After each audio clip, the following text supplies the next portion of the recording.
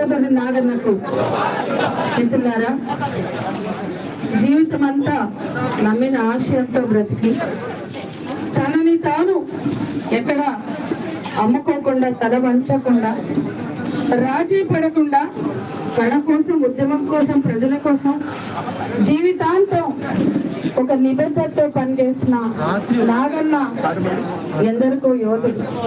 ఈ దేశంలో సాంస్కృతిక ఉద్యమంలో దీర్ఘకాలం కొనసాగినటువంటి యోధులలో కానూరి వారసుడు కామ్రేడ్ నాగన్న.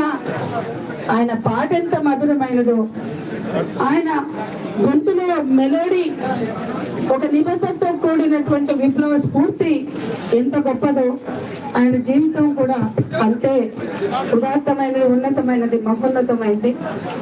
అన్నలాంటి ఆశయాల కట్టుబడి పనిచేసే వాళ్ళ సంఖ్య తగ్గిపోతున్న రోజుల్లో ఇటువంటి సాంస్కృతిక యోధుల ఆవశ్యకత ఎంతో ఉంది. అది లోటు, తీర్చలేని లోటు, పూడ్చలేని లోటు. ఇవాళ ఈ దేశంలో ఉండవలసింది, జరగవలసింది సాంస్కృతిక ఉద్యమమే.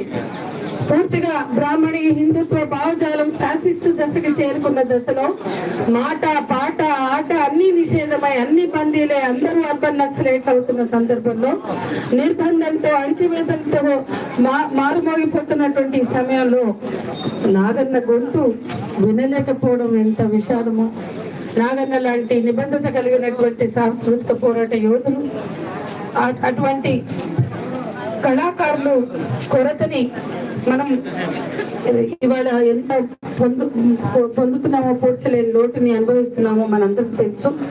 మన ఆత్మీయుల మరణం అత్యంత దుర్భరం అంటారు. అటువంటి ఆత్మీయుడు కామ్రేడ్ నాగన్న.